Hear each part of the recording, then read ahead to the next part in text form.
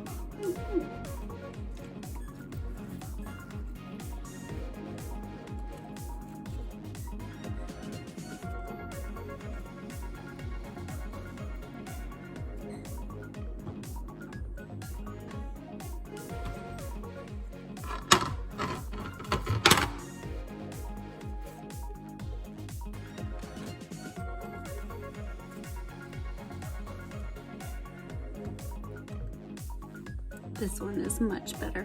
That one kind of fell apart, but it'll stay together in the pie crust. I got my 3 main ingredients for my pie crust. I have my flour, I have my salt, and I have my shortening. Now, I use a butter flavored shortening. This is vegan. It's just butter flavored. There's no butter in it. Okay, you can look at the ingredient section on here on the container, and there is no dairy in it. No. And some might know that. I'm trying to find the actual, I have another package somewhere so we can read the ingredients together, but there is no dairy in it. So, but it just gives it that extra little flaky flavor, buttery flavor. And I like that for my pie crust, other than the regular, like just regular shortening. And it is yellow, so it looks different. So it's basically, the pie crust recipe is 1 whole stick of shortening to 3 cups of flour and a tablespoon and a half, no, not a tablespoon, a teaspoon and a half of salt. So a teaspoon and a half of salt. And yeah, so I'm gonna show you, I'm only doing half a recipe right now, but when you do that big of a recipe, I have plenty. I can make 2 pie crusts out of that. So yeah, let me show you what it's gonna start looking like here in just a sec. Other 2 important ingredients, or tools, sorry, not ingredients, for pastry making: pastry blender and a good old-fashioned rolling pin. Yours does not have to be old-fashioned, that's just what I have because of, yeah. So I'm gonna start blending my pastry, my Crisco, my shortening, into my flour, into my salt, and I'm gonna show you. I'm gonna put the camera around here and I'm gonna show you. We need to make this into like little teeny pea-sized pellets of combined shortening and flour. And that way it'll blend very nicely into a pastry pie crust, okay? So, okay, here is my shortening, and I'm just going to keep kind of just pressing on all of it, kind of stirring it a little bit, pressing, stirring, pressing, stirring until I start to get these little, like, see, these are some bigger ones. So we're gonna just keep going until, and it kind of happens fast once it starts to get incorporated. So, see, there's like little teeny, looks like little teeny ones, but they're still too big of pieces. So I'm just gonna press those, get those mixed up. Here we go. Here it comes together.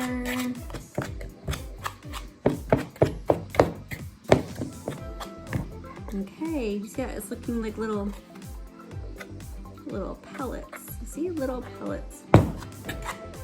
Looks good. All right. So now what I'm going to do is I'm going to add 2/3 cup of cold water, ice cold. Sometimes I put ice actually in the water if I don't feel like it's cold enough, then just take the ice out. But ice cold water into this, and then I get my hands dirty and mix it around, and it makes a really great crust. So let me just show you that process and me doing it. And yeah, so remember, I'm not making the full recipe, but follow the words that I say. Like I say as a teacher, do as I teach, not as say. What does that say? Never mind. Let's go. I'm gonna add my water. And here I go. Make sure you have clean hands. Clean hands. And I'm just gonna literally, yup, squish it with my hands. Squish it with my hands. Woo! Oh, it's so good. If it's not sticking together all, you can add a little bit more water. You don't want to get it too sticky because, well, I mean, you can add a little bit more flour if you want to. But yeah, just mixing it around. Just getting your hands dirty is the best way. I mean, I guess you could do it in a mixer, but I really haven't ever done that before. All right, look at this, a beautiful ball of pie crust. Yum, I cannot wait to roll this out. Yay. All right, we'll do that next and then get to wrapping our apples. Woohoo! I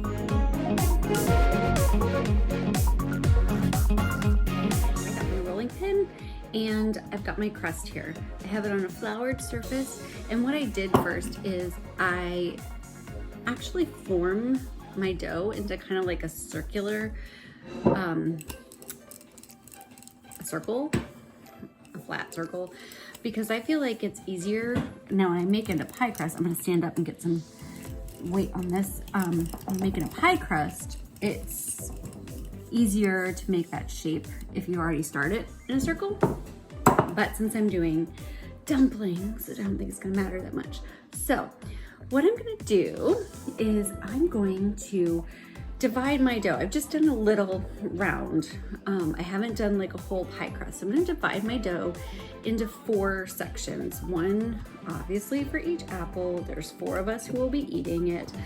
My little one's not going to be. So just my husband and my 2 older ones. So, and I have relatively small apples because I got some huge apples in. You okay? Okay. My son just made a little boop. So anyways, so this is probably better to do with it because, you know, too much, I don't know, my husband really likes dough. It's just up to you. So what I'm gonna do is I'm going to roll each of these pieces out into a big, well, as big as I can get it, circle, okay?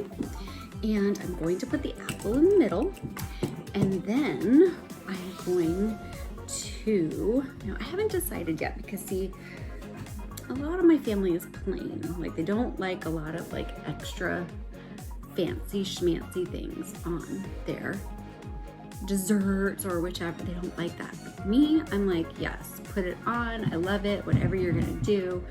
Yes, fantastic. Not my family, not my kids and my husband. So anyways, so what I'm gonna do is I may make theirs a little, so see, I'm putting this apple cord right in the center. I'm gonna wrap up the dough around the apple, kind of like a little blanket. So I will show you kind of it when I'm done. I'm just holding it steady on the table so it doesn't fall over. But here we go. Look, it's all wrapped in like a little present. Oh. So what I think I'm gonna do is I'm going to make like a little, I think it would be yummy, like a little brown sugar, floury, kind of like, and maybe some butter concoction to stuff in the middle, because you gotta have the spices. You gotta have some cinnamon. Oh, nice little nice little present. So yeah, I'm gonna speed this up, do a little time lapse of all of this. You know, you don't want to watch me do every single one of these. I'm gonna put it in a big dish, the round one, all stacked up nicely around each other, and hopefully they'll bake up really nicely. So for this, I think, yeah, I'll just do like for the plain ones, so I will do like a tablespoon of butter, a little bit of brown sugar, and a little bit of flour, stuff that in the middle. I may roll this in some, or like shake some cinnamon on the outside, cinnamon sugar on the outside to give it like a little crunch for there. But for mine, I really love raisins and apples. So I'm gonna stick some raisins in mine.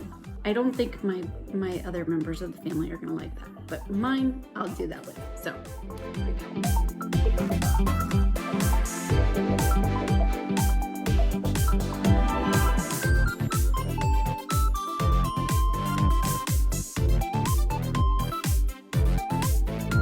Stuff them with just a little butter, flour, brown sugar mix and some cinnamon. And I rolled them in cinnamon sugar. Gonna stick them in the oven for 375, and I'm just gonna watch it until the crust is done.